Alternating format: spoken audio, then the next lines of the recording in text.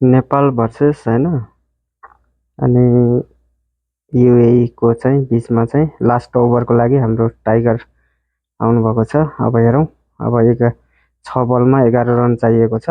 First over गर्दै हुनुहुन्छ। ए है है है है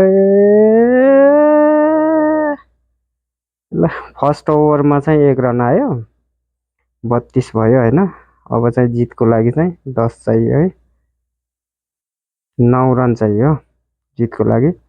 सेकेन्ड बलमा चाहिँ डट बल, थर्ड बलमा catch out catch out catch out catch out catch out तरिका छक्का गयो। हाम्रो टाइगर सरले चाहिँ छक्कै खानुभयो यार। या अब चाहिँ 3 बलमा चाहिँ अब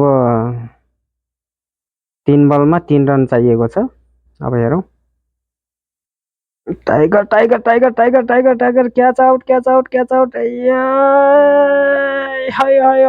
run out run out run out. ल ठिक छ, यो पनि रन आउट भयो है। ल अब चाहिँ लास्ट ओभर छ है बाँकी।